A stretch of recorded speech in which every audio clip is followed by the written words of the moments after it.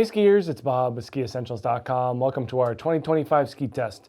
Got a Salomon Stance 84 for you today. Finally, this is one of the ones that just took a little extra time to get here, so we're adding it into the test past that published date, but great to have this ski here because it is just a very important option in this mid-80s category. It just does so many things really well, especially for a ski with a narrower footprint. Most of the wider QST series of the Stance series of skis, the 90, 96, and 102 get a little bit more of the billing because they are a slightly more sophisticated construction. But this shape really holds up well for most skiers who are using the mountain as kind of it's intended by the groomers and the bumps and the trees, mixing on and off trail capabilities, but certainly keeping it more in the in-resort and inbounds format. This ski returns structurally unchanged for this year. We do get a new top sheet, and that's going to hopefully bring some more people into the fold as it just kind of keeps, year after year comes back as being just overlooked for how good it is, and especially for more of a budget-friendly option. Skiers that are kind of progressing from beginner to intermediate or intermediate to advanced, even advanced to expert skiers that are simply looking for something that's narrow enough and versatile enough. No problem taking a look at this Stance 84 here.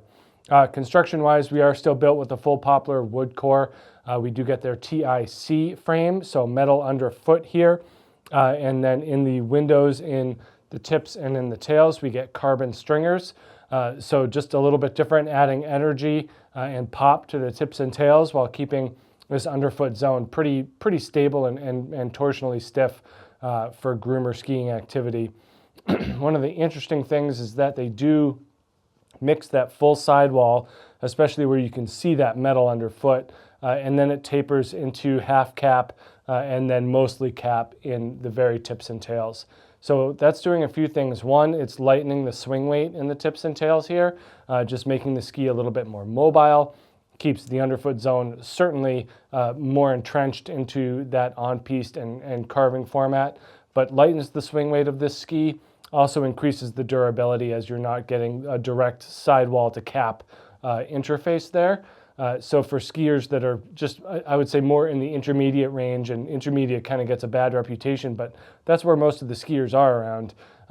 So by having that more in this intermediate range ski, it does increase durability, helps prevent chipping and peeling in the tips and tails, just because there's just in general a little bit more crossing of the tips and tails at those ability levels.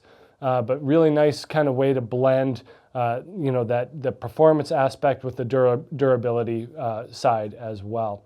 But yeah, really fun ski, 84 underfoot here, 13 meter turn radius. This is a shorter 161, so that number will climb as you get into the longer lengths. And then we see a pretty fun rocker profile. I think one of the most telling things about this ski is that it fares well in softer snow for its width, and it really excels in bumps and packed out trees.